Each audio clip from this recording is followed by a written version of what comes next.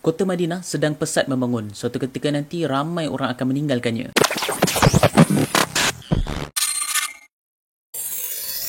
Bismillahirrahmanirrahim. Assalamualaikum warahmatullahi ta'ala wabarakatuh. Apa khabar semua? Mudah-mudahan anda semua di dalam kesihatan yang baik. Baiklah, pada video kali ini saya nak kongsikan sebuah kisah, iaitu berkenaan tentang kelahiran Imam Al-Mahdi. Bagi anda yang baru saja melihat video ataupun channel ini, macam biasa tekan butang di bawah supaya anda mendapat notifikasi video terbaru daripada saya. Baiklah, mari kita dengar kisah kelahiran Imam Al-Mahdi bahagian yang pertama. Pertama, sebelum datangnya Imam Mahdi akan berlaku pembangunan di kawasan Baitul Maqdis, iaitu di Jerusalem. Nampaknya petanda yang lebih awal yang dapat dirasakan sekarang ini ialah pembangunan yang semakin meningkat di kawasan Jerusalem. Tanah-tanah orang Arab Palestin terus sahaja dibeli oleh orang Yahudi, lalu mereka mendirikan bangunan yang besar-besar, terutama di kota Baharu Al-Quds, iaitu sebelah barat Baitul Maqdis. Bahkan perampasan juga berlaku terutama di sebelah timur Baitul Maqdis, iaitu tebing barat Sungai Jordan. Pencerobohan Yahudi terhadap hak-hak orang Palestin merupakan satu perkara yang telah diketahui oleh masyarakat dunia, maka ini sebagai tanda bahawa kiamat sudah hampir tiba. Kedua, akan berlakunya keruntuhan kota Madinah Al-Munawwarah. Negeri Madinah Al-Munawwarah yang ada pada hari ini nampaknya agak pesat membangun. Suatu masa nanti akan ditinggalkan oleh orang ramai. Orang munafik dan kafir akan keluar daripadanya. Mereka tidak senang tinggal di sana. Mereka mahu keluar mencari kesenangan dunia dan kebahagiaan yang sementara. Adapun orang yang beriman, mereka akan tetap tinggal di Madinah walaupun mereka berada dalam kesempitan hidup dan terpaksa berhadapan dengan bermacam-macam ujian daripada Allah Subhanahu Wa Taala. Setelah berlakunya dua kisah tadi, maka ketika ini kelahiran Imam Mahdi. Dalam sebuah hadis daripada Abdullah bin Mas'ud radhiyallahu an, beliau berkata, Nabi SAW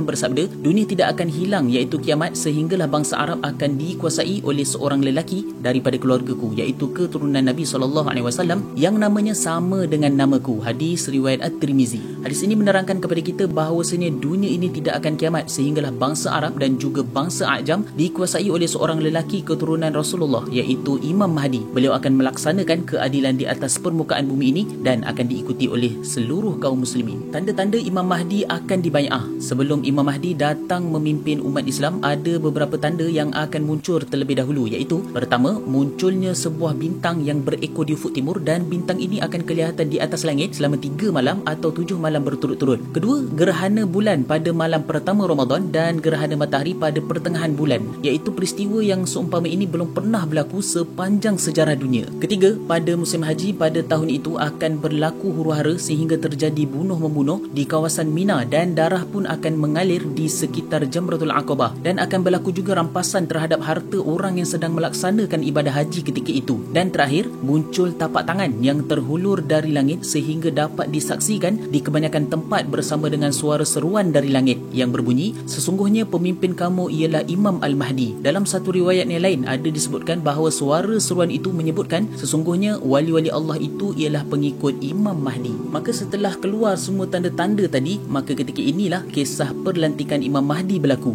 Apabila tiba bulan Muharram setelah peristiwa berdarah di Mina, maka pada saat itu Imam Mahdi akan dibai'ah, iaitu dilantik untuk menjadi pemimpin yang dipatuhi. Pada mulanya telah datang ke negeri Mekah 7 orang ulama yang datang dari penjuru dunia yang berbeza-beza tanpa ada sedikit pun perjanjian. Mereka datang ke Mekah dengan tujuan yang sama, iaitu mencari Imam Mahdi untuk membai'ahnya ataupun melantiknya, dan mereka masing-masing sebenarnya telah dibai'ah oleh 313 orang yang setia dengannya. Jadi kehadirannya di Mekah adalah mewakili daripada sebilangan tersebut. Apabila mereka telah bertemu di Mekah, lalu para ulama itu berkata kepada antara satu sama lain. Mereka bercakap, apakah sebenarnya tujuan kamu datang ke sini? Masing-masing menjawab, kami datang ke sini untuk mencari penyelesaian terhadap masalah yang sedang dihadapi oleh umat Islam kini. Kami mencari seorang tokoh yang mampu memulihkan keadaan dan memadamkan persengketaan yang telah banyak mengorbankan nyawa di kalangan kita. Kami mencari seorang tokoh yang mampu menguasai kota Konstantiniyah. Sebenarnya kami telah tahu namanya dan nama ayahnya serta ibunya dan tanda-tanda tenteranya. Lalu mereka bersepakat untuk mencarinya di sekitar kota Mekah. Apabila mereka menemui Imam Mahdi, dia tidak mahu mengaku pula bahawa dialah tokoh yang dicari-cari itu, lalu dia melarikan diri ke Madinah. Oleh sebab keadaan di Madinah juga tidak selamat, dia kembali ke Mekah.